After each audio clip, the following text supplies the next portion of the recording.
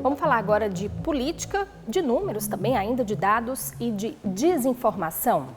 A entidade reguladora para a comunicação social, a ERC, que é um órgão que monitora e fiscaliza o que sai nos órgãos de comunicação aqui em Portugal, multou o partido Chega, da extrema-direita portuguesa, pela publicação de uma pesquisa eleitoral falsa durante a campanha às presidenciais aqui do país, que aconteceram no começo do ano.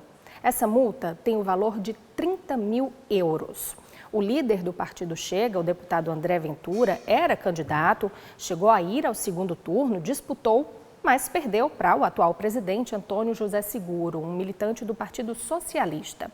Essa campanha falsa, que foi divulgada pelo partido Chega, ela consta num relatório chamado Desinformação nas Presidenciais 2026, atividade dos candidatos nas redes sociais, que foi desenvolvido pelo Labicom, da Universidade da Beira Interior, aqui de Portugal, em parceria com a ERC, e que teve a participação da organização brasileira Aletheia Fact, no processo de checagem dos casos analisados. Esse relatório fez um apurado de informações disseminadas em vários perfis em redes sociais e concluiu que a extrema-direita portuguesa foi responsável pela esmagadora maioria dos conteúdos desinformativos identificados durante a campanha para as eleições presidenciais aqui no país, com estratégias muito parecidas com o que já acontece até no Brasil. Eu conversei então com algumas integrantes da Aletheia Fact para entender como é que foi feito esse relatório e para entender também quais podem ser os impactos disso até mesmo na comunidade brasileira. E aí eles monitoraram mais de 8 mil publicações de todos os candidatos durante as presidenciais e 26 casos foram selecionados com base em parâmetros de notoriedade, que a gente considera potencial de dano, alcance, perfil do ator da desinformação, entre outros. E também eles contabilizaram que esses 26 casos, eles tiveram mais de 12 milhões de visualizações, ou seja, quase a totalidade da população de Portugal. Então, a gente tem ali, né, uma questão de mais de 9 milhões de perfis impactados.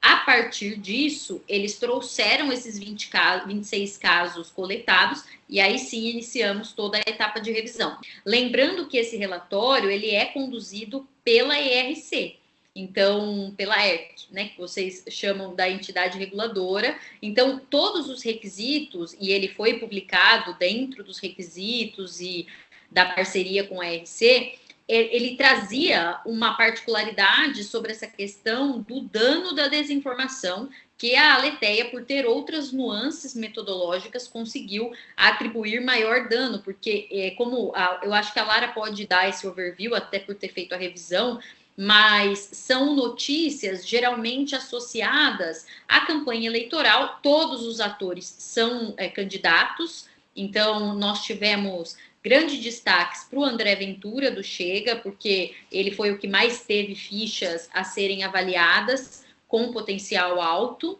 e alguns outros destaques muito em vídeo, em redes sociais como Reels, no Instagram, e também entrevistas no YouTube. Até tem um caso muito específico do André Ventura, que é uma entrevista ao vivo e que ele questiona a metodologia, né? Enfim, temos esse caso. Mais de 9 milhões de contas e 12 milhões de espectadores numa presidenciável no porte de Portugal, é bastante gente consumindo esse conteúdo que não é confiável. Então, só esse ponto. E para finalizar, a gente teve, até trazendo aqui, né, uma questão, a gente teve o estudo do caso do apagão de 28 de abril, né, que aconteceu na Península Ibérica, todo mundo ficou sem energia, enfim. E aí, o candidato, principalmente no canal Chega TV,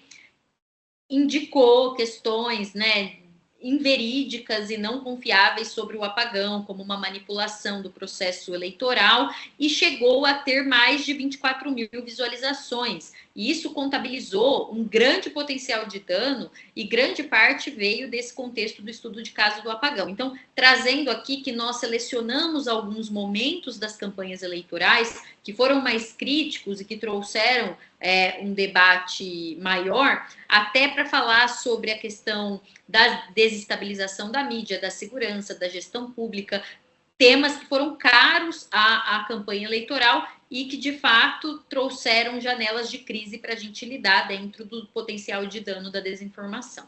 Mas, Lara, se você quiser trazer alguma temática que você revisou das fichas. Eu acho que dos tipos de desinformação, eu até abri o relatório para falar em dados mesmo. A maior parte deles, de fato, foi de descredibilização da imprensa tradicional, vamos dizer assim. Então, seja falando de fato que a imprensa não é confiável, ou que os jornalistas são envolvidos no esquema de política, enfim, ou também falsificando a própria identidade do veículo tradicional, né? Então, fazendo peças desinformativas que se passavam por imprensa. E logo em seguida a gente tem como o segundo tipo de desinformação mais acessado, com 6 casos, a sondagem de empresa não registrada na ERC. Então, de alguma maneira, fazer uma análise de dados ou como uma imprensa na verdade, uma imprensa que não tem vinculação nenhuma com a agência reguladora, né? E aí a gente tem também vídeo manipulativo usando deepfake, por exemplo, mas são casos um pouco menores.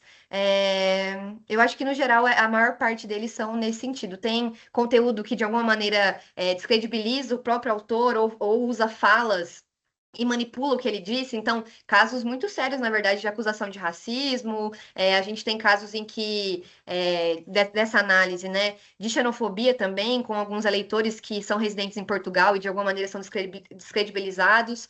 Enfim, eu acho que, no geral, são esses os principais casos.